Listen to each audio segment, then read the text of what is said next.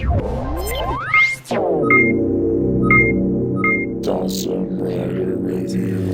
YouTube, Dawson Rider here with my review of the Titan Megazord from Power Rangers Mystic Force. So to start off, as usual with these retro reviews, I always talk about the fact that sometimes I'm missing things because of either getting them used or having them a long time.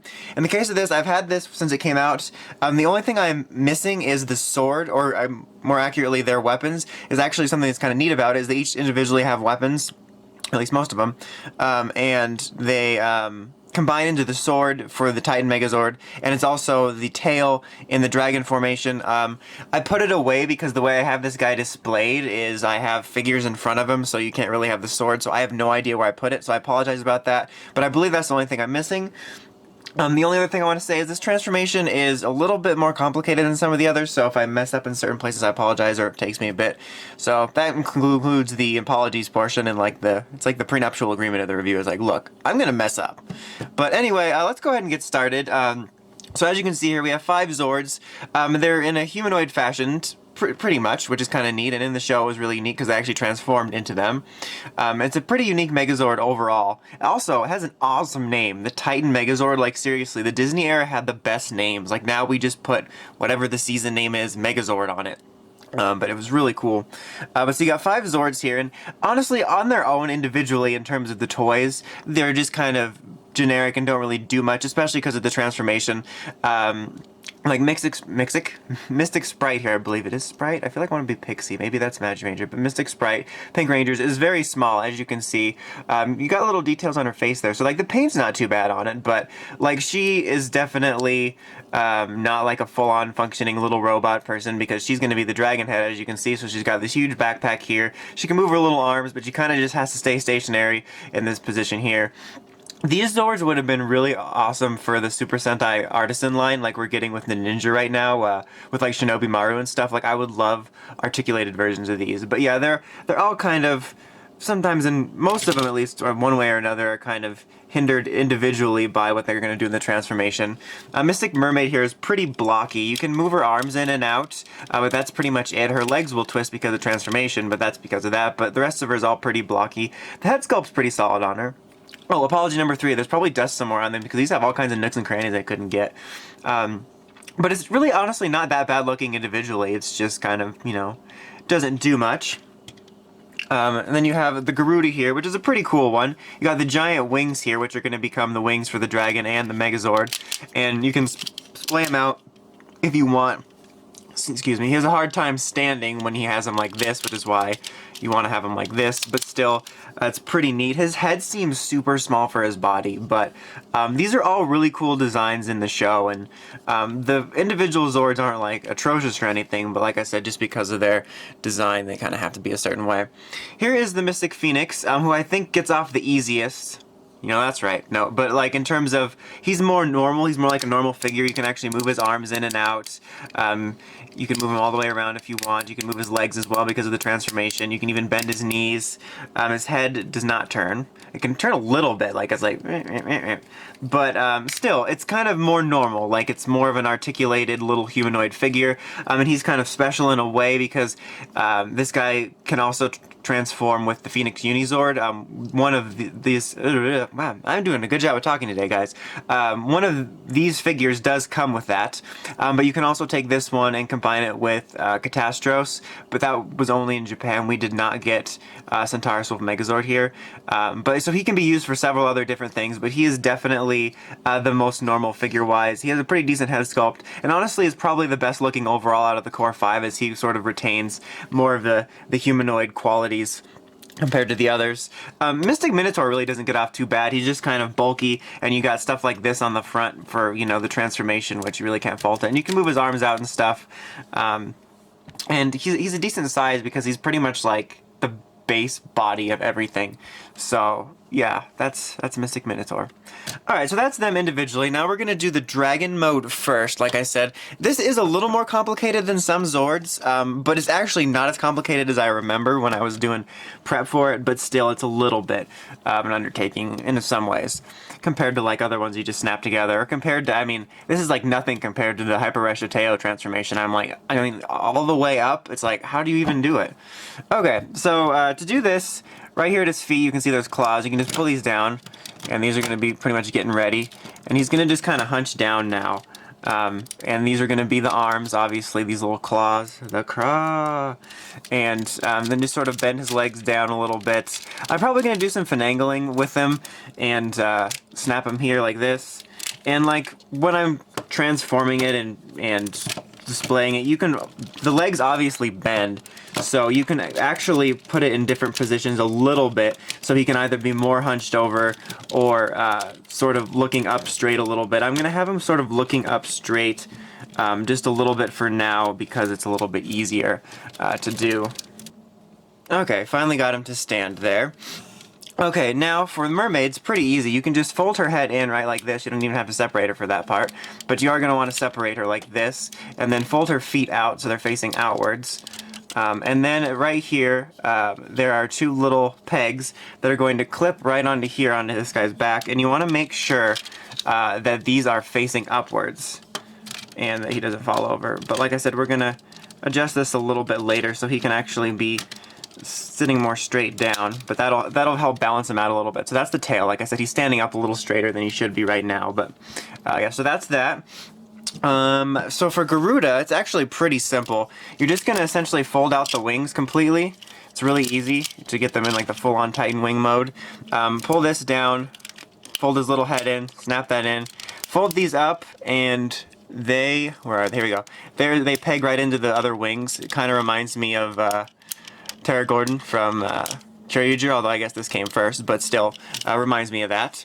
Okay, so now this is going to snap in on top. There's like this little tube here or whatever, and it snaps in right here in kind of like a hinge joint almost. Oh, sorry about that. Space is a little tight there. And then there's also a peg on the bottom. It'll just snap right on. So there you have the wings.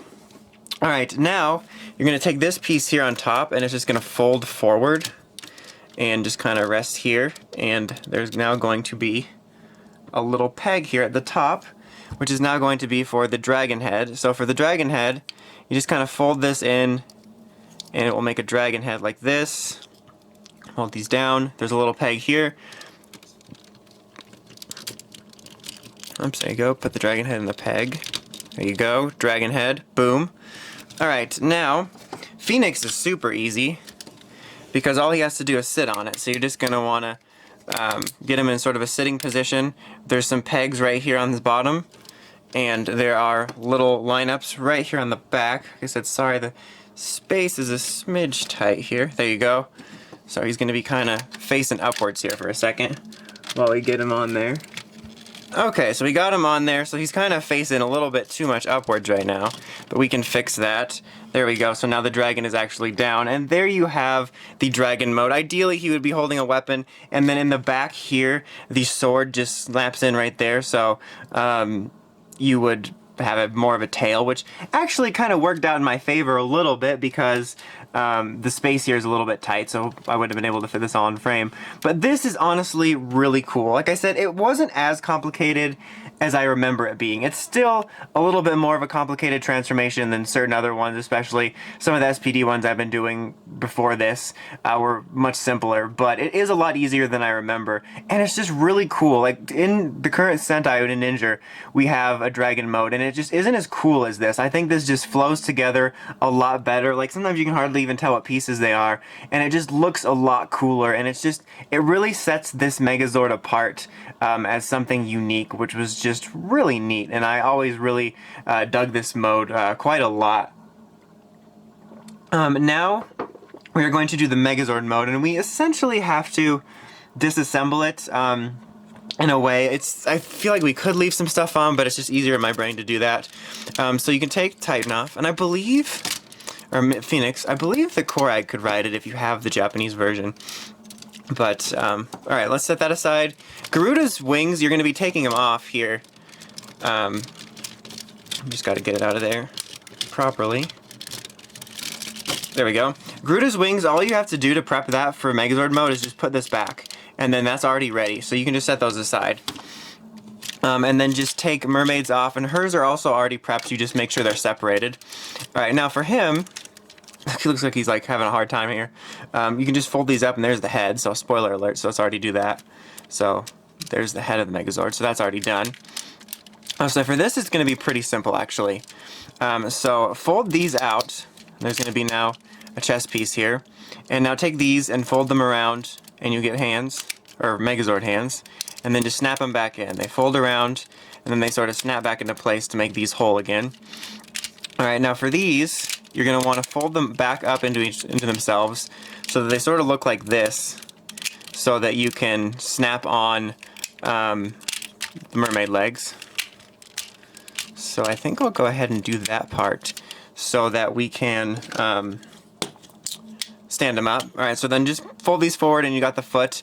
Now this will clamp on here onto the knee, and then fold this around, and these will peg into the mermaid foot so that it's all secured. Same thing with this one, just fold the foot out, snaps on at the knee, and then fold the dragon claw around to line up with the mermaid, and you're standing. There you go. Okay, so now for Phoenix, it's pretty easy. We're going to be sort of folding him into himself. Just take this and fold it back here, fold his head in, like that. And now his legs, you're going to want to fold them around like this.